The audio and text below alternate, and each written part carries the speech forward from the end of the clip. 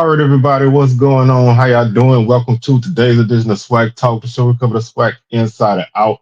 I'm your tour guide around the SWAC. See what else coming at you. And today we have our first basketball recap. We're gonna recap the action that took place on Saturday, January 4th.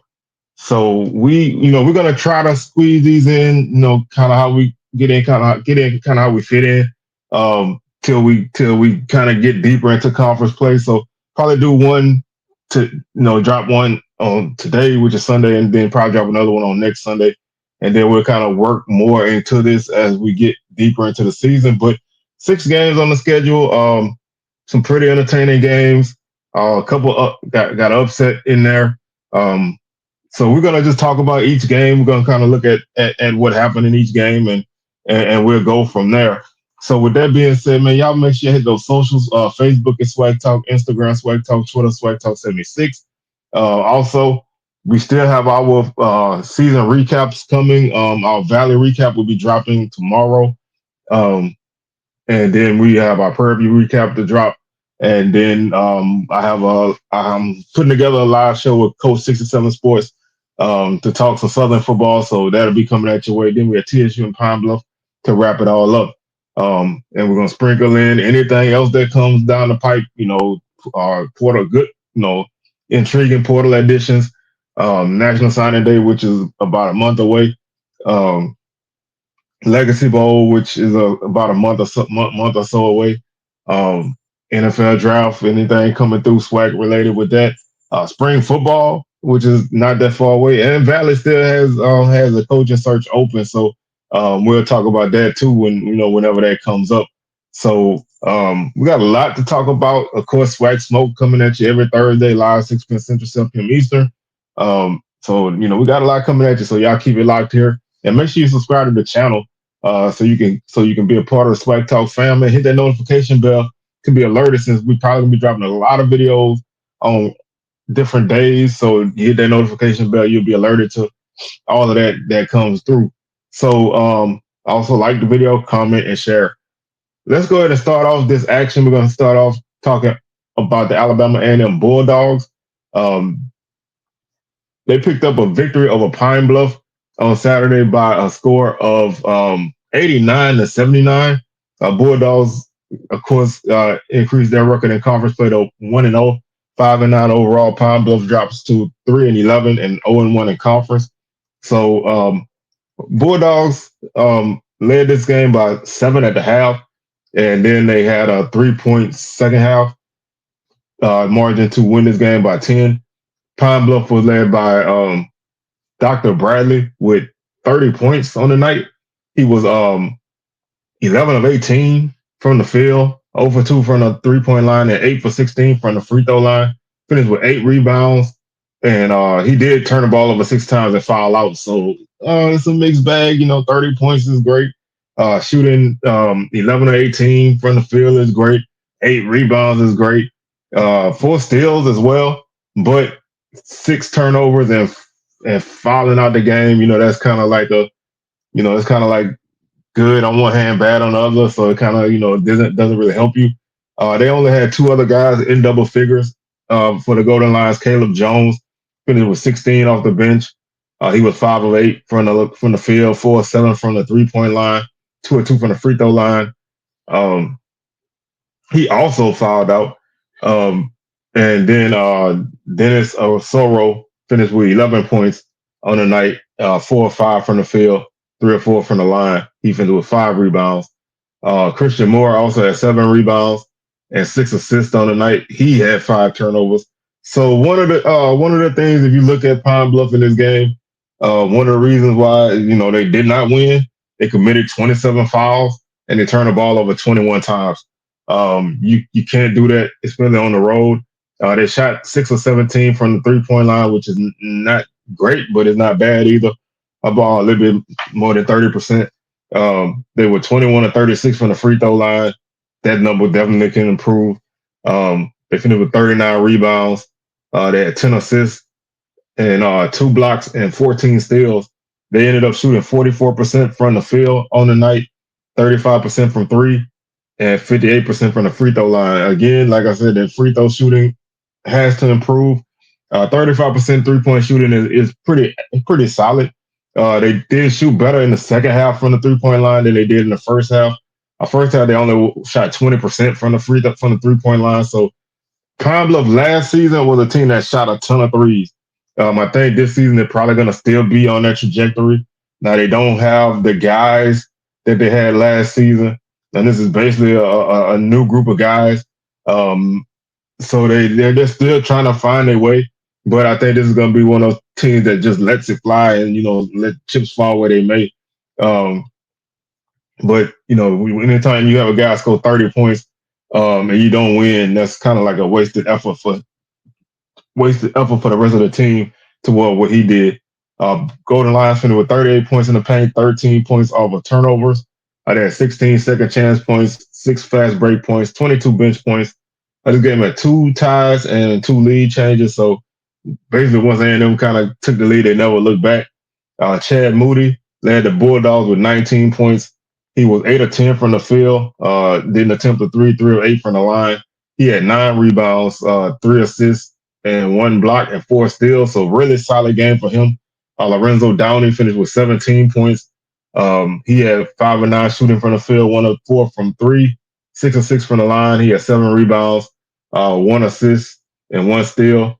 Also, Bilal Abdul Rahman finished with 18 points off the bench. He was 3 of 3 from the field, 2 of 2 from the 3-point line, and 10 of 11 from the free throw line. So he ate at the line for the Bulldogs.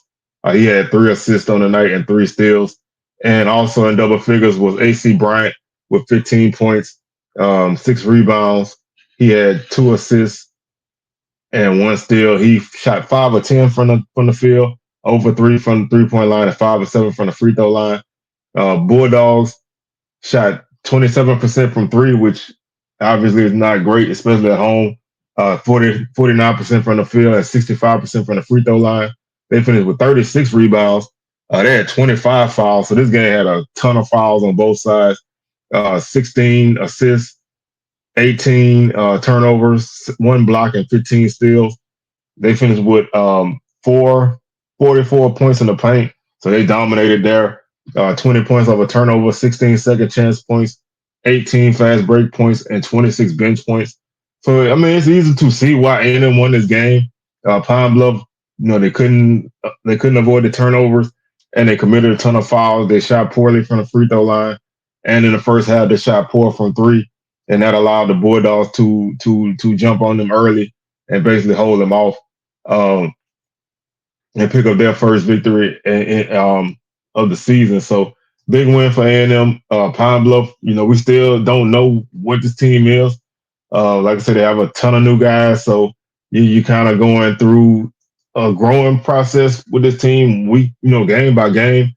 Last season, they were a team that shot the ball extremely well. They scored the ball extremely well, but they weren't a great defensive team, and that bit them in the butt later in the season. And that's one of the reasons why they sat at home, even though they were one of the top scoring teams in the conference last season, and one of the top 3-point shooting teams in the conference last season. They just couldn't stop anybody. And this season, it looks like that a little bit early, giving them 89 points in your first game. It kind of bows that way for you. So we'll see where they go from here. Our next game we have is staying in the state of Alabama. The Hornets of Alabama State defeat Valley by a score 84-55. This was a 10-point game at the half, 39-29. A&M pulled away with a 19-point second half, 45-26 to win this game. Going away, Valley drops to 2-12 and 0-1 in conference. A&M improves to 5-9, 1-0 in conference. Valley was led by Alvin Stredick with 21 points on the night. He had 9 rebounds as well. Flirted with a double-double. He was 7 of 13 from the field and 7 of 9 from the free throw line. Also in double figures for Valley was Donovan Sanders. He had 10 points and 4 rebounds. Also had 2 assists on the night. He was 4 of 14 from the field and 2 of 2 from the line. Valley was 2 of 16 from 3 in this game. One of the many things that hurt them. They only shot 35% from the field on the night, 12% from 3, and 86% from the free throw line. They had 34 rebounds, 15 fouls, 9 assists, 16 turnovers, no blocks, and only 5 steals. And like I said, they just scored 55 points. So just not a good game for them. 30 points in the paint. So 30 of their 55 points came in the paint. Uh, 13 of their 55 points came off of free throws. So it's not there's not a lot there left over. 10 points over turnovers, 12 second chance points, uh, 6 fast break points, 15 bench points. This guy had one tie, 4 lead changes. Obviously, all those happened very early in the game before State pulled away. Michael Octave and CJ Hines each had 14 points for the Hornets. Octave was 6 of 9 from the field, 2 of 4 from three. He had 9 rebounds as well, 1 assist, 1 block, and 2 steals. Hines was 4 of 6 from the field, 6 of 6 from the line. He had 3 rebounds, 6 assists, uh, and 1 turnover on the night. Also, Amar Knox, 13 points, 4 of 10 from the field, 1 of 4 from three, 4 of 4 from the line. Um, he had 3 assists and 3 steals. Also, Michael Sampson had 10 points off the bench, 4 of 6 from the field, 2 of 4 from three.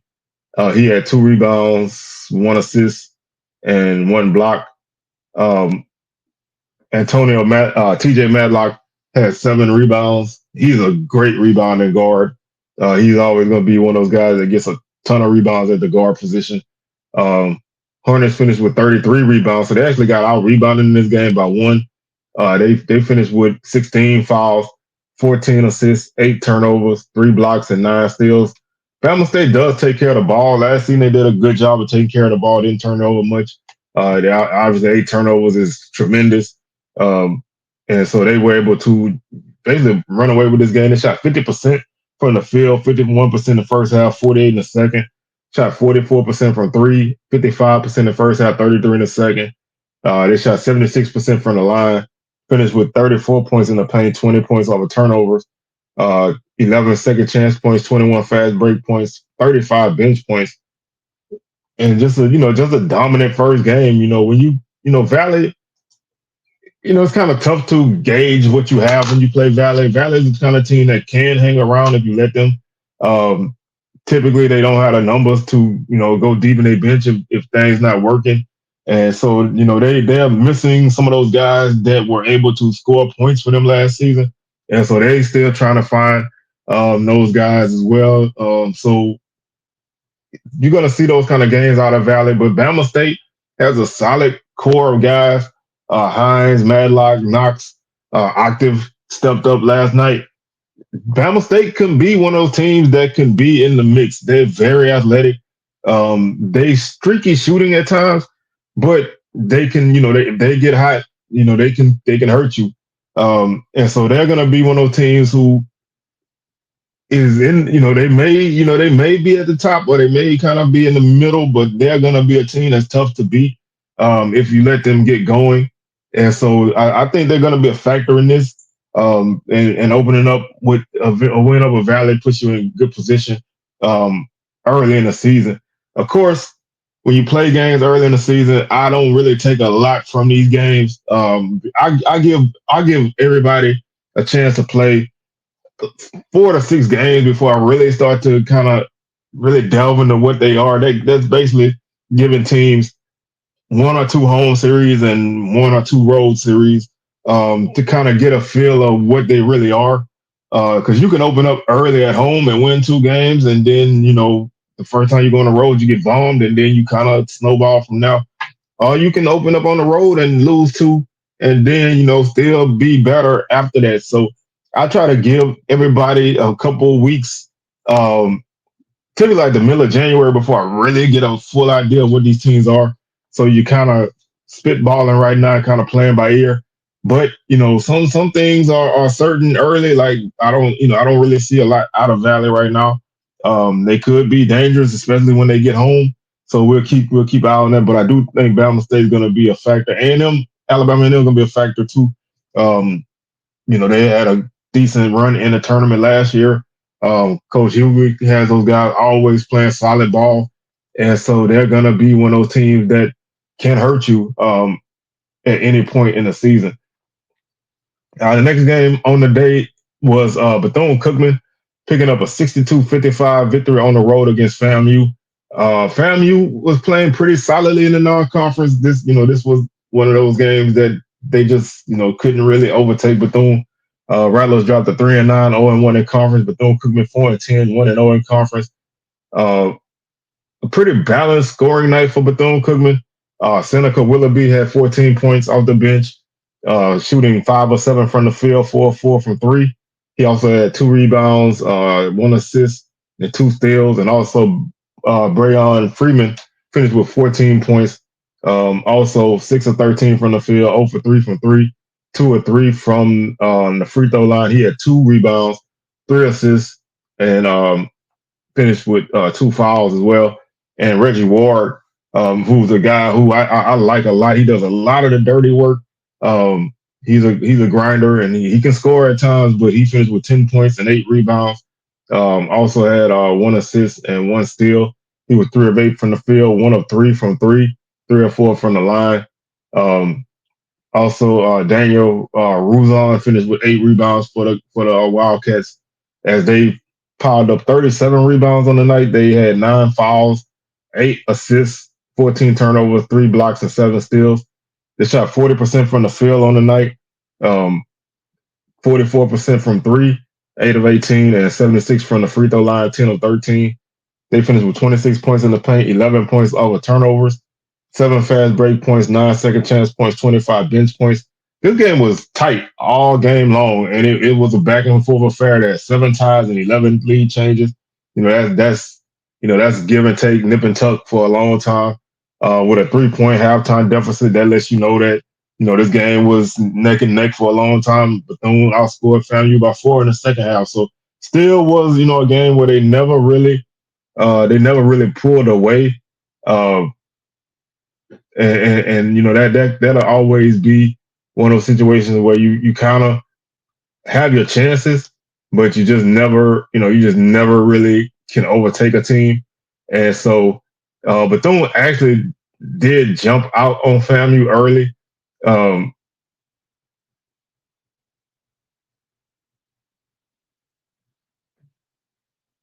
so they did jump out on them pretty early, and were able to kind of get things going. But um, Wildcats pick up a solid victory on the road.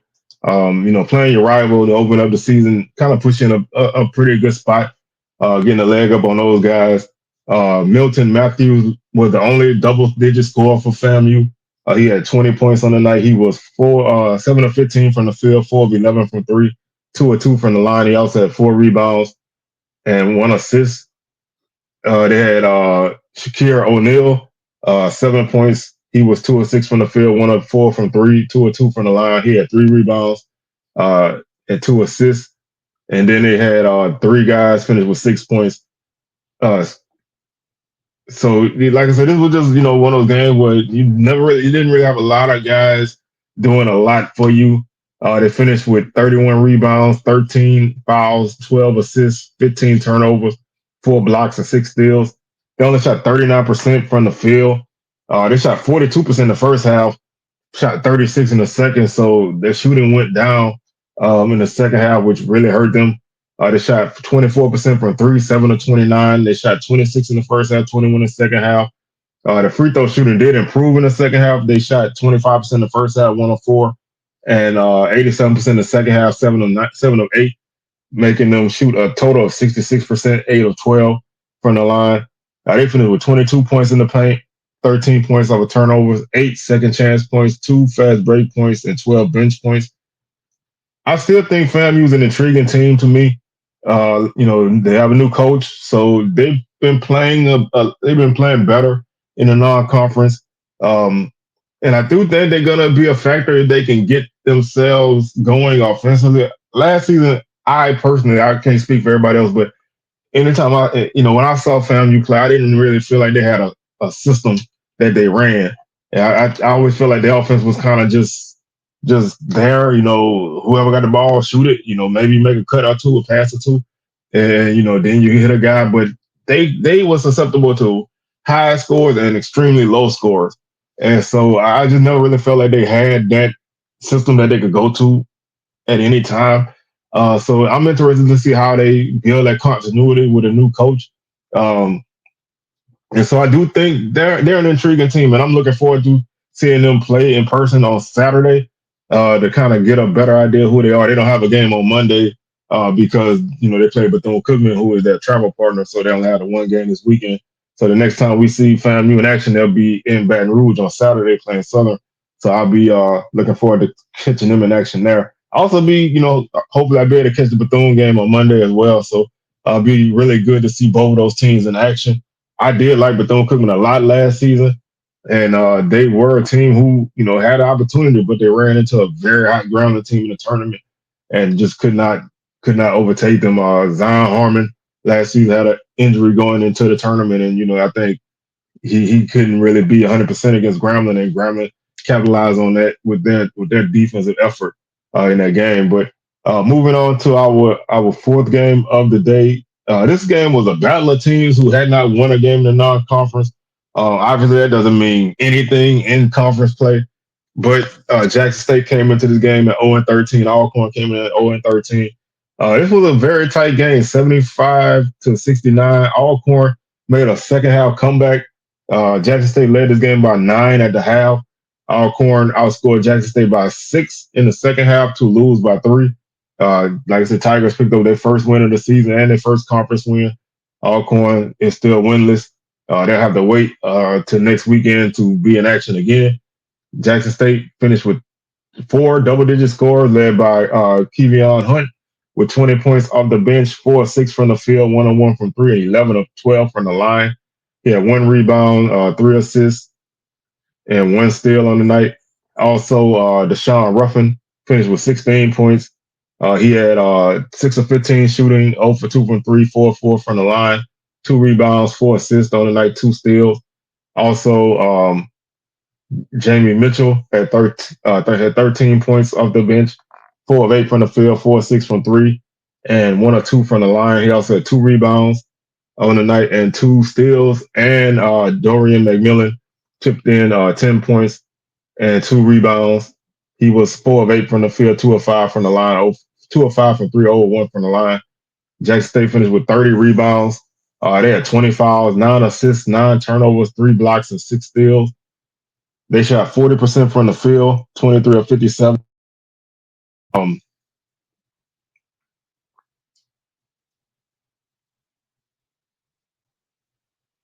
I shot.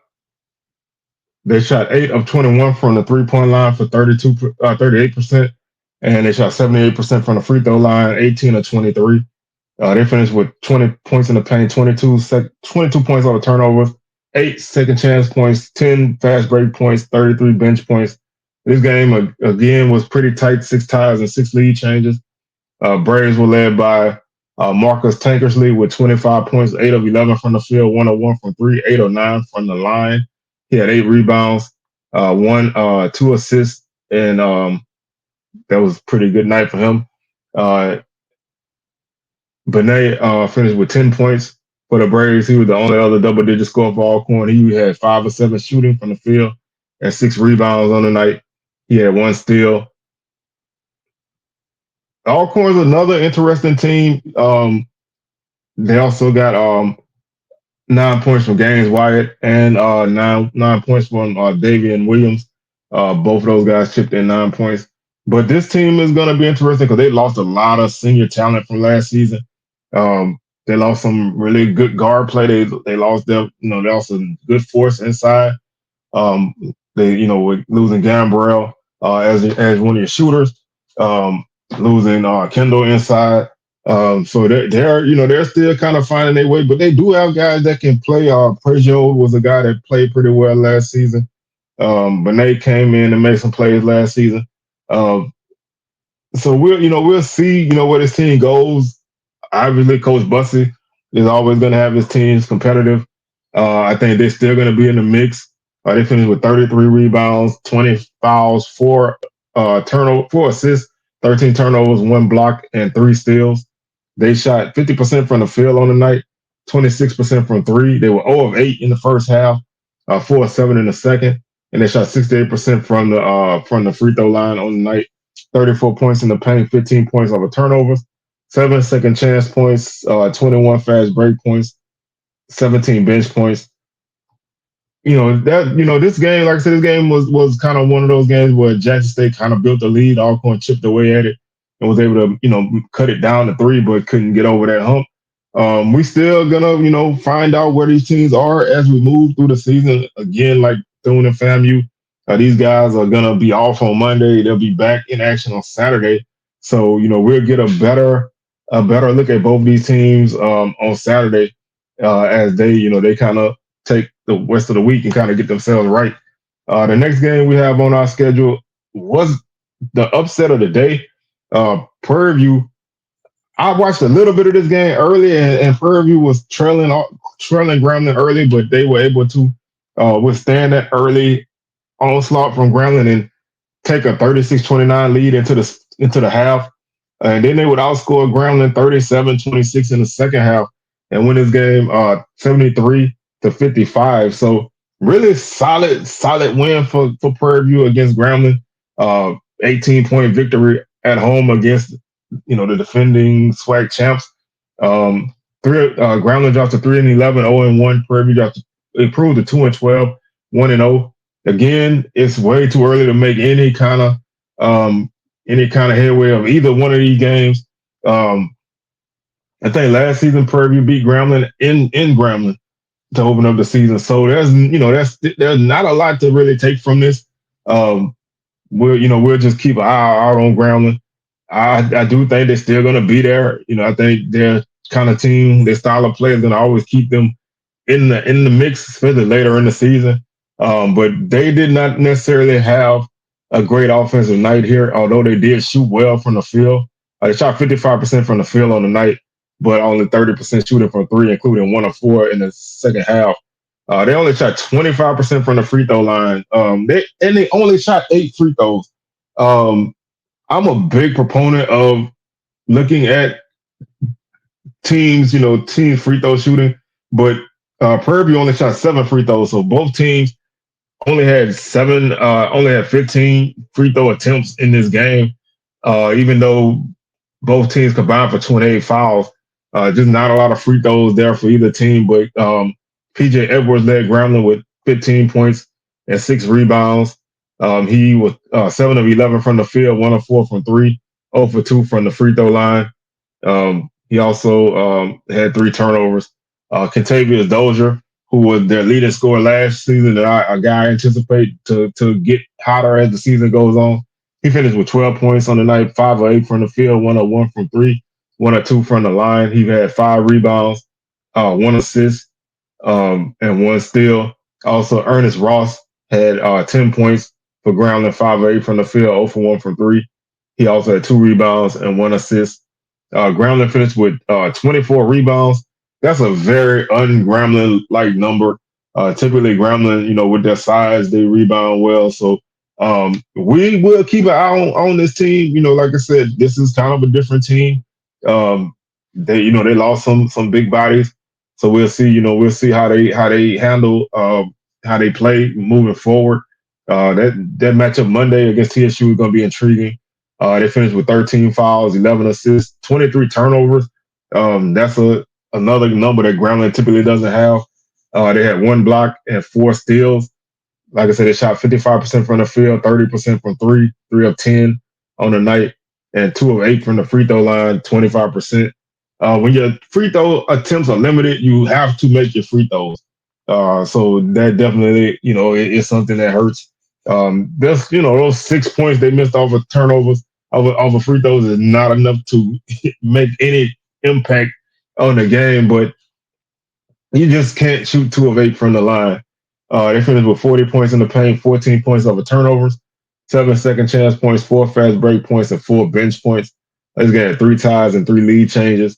Tanaj Petway finished with 23 points for Prairie View, 8 of 13 from the field, 3 of 5 from the line, 4 from the 3-point line, 4 of 4 from the free throw line. He had 1 rebound, 3 assists, and 1 steal. And Braylon Bush had 17 points off the bench and 4 rebounds and 6 assists. really good game off the bench for him. 6 of 8 from the field, 5 of 6 from three. And also Marcel Bryant had 10 points to round out the double-digit scores for the Panthers. 4 of 11 from the field, 2 of 3 from three. He had 2 rebounds on the night and one 5 blocks. So he had a huge game inside. Panthers finished with 20 rebounds, so neither team really had a lot of opportunities to get rebounds, and not a lot of rebounds in total. 15 fouls, 22 assists. Really good game sharing the ball for the Panthers. 13 turnovers. That's a solid assist to turnover ratio. 6 blocks and 13 steals. So they had a really good game. This wasn't really a fluke effort for them. This was a really good game. They shot 53% from the field, 61 from three, and 85 from the line. That's great shooting all around. So if they can shoot anywhere in that ballpark, I'm not saying shooting 50% every week or 60% from three every week, but if they can if they can, block shots like they did in this game, they can share the ball like they did in this game, and they can shoot, anywhere in that ballpark. I do think this team could be a factor. Last season, Prairie View offensively was kind of hit or miss. They were decent on the boards, but they were streaky shooting, and so we'll see if they can keep this going. They finished with 26 points in the paint, 21 points off of turnovers. 6 second chance points, 8 fast break points, and 28 bench points. They had 3 ties and 3 lead changes in this game, like I said before, and just a big victory for them to open up conference play against the team who won the SWAC last season. And that takes us to our final game of the day, Southern and Texas Southern. Southern wins this game 67-58, but they TSU was trailing by, I think they were trailing by 20 early in the second half. They went on a decent little run and cut that lead down to 5 before Southern was able to kind of withstand them and close it out at the end, ultimately winning by 9. Southern led by 8 at the half, 29-21, and then they outscored the Tigers by 1 in the second half, 38-37. Uh, Southern improves to 6-8 and 1-0 in conference. TSU 3-11 or 1 in conference. Again, TSU is a team I don't really worry about. I think with that team and with the performances they've had over the years, if they get in the tournament, then you watch out for them. So we'll still see, how they play, because you don't want to just fall into that trap of saying that this team will be good come March. We still want to see how they play. They're gonna take some time and come together, and we'll see how they do on Monday against Grambling. That's an intriguing matchup. So we'll see how that game goes. Southern has been a team that traditionally the last few years has started hot in conference play. So we'll see how they do as the season progresses into the second half of the season. The first half of the season, Southern's been typically hot, and then they fade. So this is a good win for Southern to open up the conference schedule, but they did the same thing last year. So we'll see how they move forward with their performances. Jordan Johnson led Southern with 20 points. He was 5 of 9 from three, 6 of 12 from the field, 3 of 4 from the line. He had 3 rebounds on the night, 1 assist and 1 steal. Derek Tesano had 11 points, 4 of 8 from the field, 2 of 3 from three, and 1 of 2 from the line. He had 3 rebounds. And those were only double-digit scores for Southern. Southern was led in rebounds by Joe Manning with 4. They were led by AJ Barnes with 7 rebounds. They finished with 39 rebounds on the night, 16 fouls, 10 assists, 18 turnovers, 4 blocks, and 10 steals. Like I said, in that second half, when TSU made that run, they were able to put a little pressure on Southern and force them to make some bad plays on inbounds, and that kind of got them back in the game. So we'll see how Southern handles that pressure from teams. The teams are gonna press if they know you can't handle it. So we'll see how they do. 18 turnovers is quite a few. Southern shot 44% from the field, 44% from three, including 7 of 14 from the line in the second half, and they shot 56% from the free throw line. That number definitely has to improve. You cannot shoot sub 60. I personally think 75% is a really good number to you have as a baseline from the free throw line, but you can't shoot sub 65%, especially on the road, and win consistently. Southern finished with 18 points in the paint, 9 points over turnovers, five second chance points, three fast break points, 22 bench points. Again, had two ties and three lead changes. TSU was led by Zaire Hayes with 19 points. He was 5 of 12 from the field, 1 of 5 from three, 8 of 9 from the line. He had two rebounds on the night and one assist and one block. And also in double figures was Dwayne Posey with 11. He shot 3 of 5 from the line, 5 of 6, 3 of 5 from the field, 5 of 6 from the line. He had one assist on the night and three steals. They were led in rebounds by Kenny Hunter. He also had two blocks on the night and one steal. Tigers finished with 37 rebounds, so they were out rebounded by two. Southern is one of the top teams in terms of rebounding margin. They've been rebounding a lot better than they typically have. So we'll see again if they can continue that. TSU had 17 fouls, 8 assists, 15 turnovers, 8 blocks, and 12 steals. They shot 27% from the field. First half, they shot extremely poorly, 20% from three. 20% from the field, 12% from 3-point line. They did go 8 of 8 from the line in the first half. Second half, they shot 11 of 32 from the field for 34%, 4 of 10 from three for 40%. A couple of those threes came in that spurt where they cut the lead down from um, 20 to like 9. They had a couple big threes in that run. They shot 11 of 15 from the free throw line in the second half, 73%, finishing shooting 27% from the field, 27% from three, and 82% from the line. Um, you can't shoot those percentages and win games in any conference. 18 points in the paint, 19 points over turnovers, 12 second chance points, six fast break points, and 20 bench points. Again, like I said, I'm not gonna make a lot of issues out of any performance from any team today. Well, yesterday, like I said, I'm going to give teams at least a couple weeks to kind of get themselves right because most teams play tough non-conference schedule, so they don't really come into the season with momentum.